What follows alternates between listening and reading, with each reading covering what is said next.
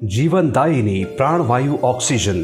Corona काल में पीड़ितों की सबसे बड़ी समस्या घटता ऑक्सीजन का स्तर, जिसका फौरी इलाज है कृत्रिम ऑक्सीजन। भारत में कोरोना की दूसरी लहर में इसी प्राणदायी ऑक्सीजन की मांग चारों ओर बढ़ी तो बाजार में ऑक्सीजन सिलेंडरों की कमी होने लगी। हेल्पलाइन के माध्यम से सेवा भारती तक ऑक्सीजन की मांग पहुंची तो सबसे पहले गंभीर हालात वाले कोरोना पीड़ितों तक ऑक्सीजन सिलेंडरों के रूप में मदद पहुंचाई गई। पर समस्या तो इससे भी गहरी थी। क्यों न ऐसा काम करें कि हॉस्पिटल के बाहर ही प्राणवायु का एक कोई काउंटर लगाए। तो काउंटर लगाए तो कहाँ लगाए, तो ध्यान में आया कि पोर्टेबल वैन लगा लें जिसमें बेड भी हो जाए, जिसमें इन्वर्टर भी हो जाए, फैन भी हो जाए और हमारा स्ट्रेचर भी हो जाए, सारी व्यवस्था उसमें हो जाए।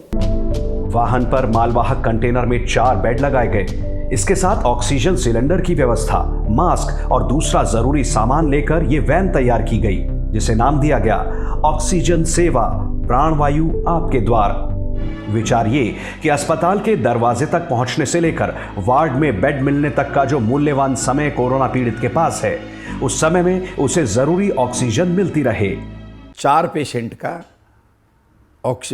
विद ऑक्सीजन विद कंसंट्रेटर हमने एक सुविधा के साथ कि भाई जब तक एडमिशन नहीं होता या फर्स्ट एड नहीं मिलती, प्री फर्स्ट एड वहाँ पेशेंट को ऑक्सीजन लगानी, और कोई सिस्टम ख़राब भी हो जाता है तो उसके लिए कंसंट्रेटर की भी व्यवस्था थी।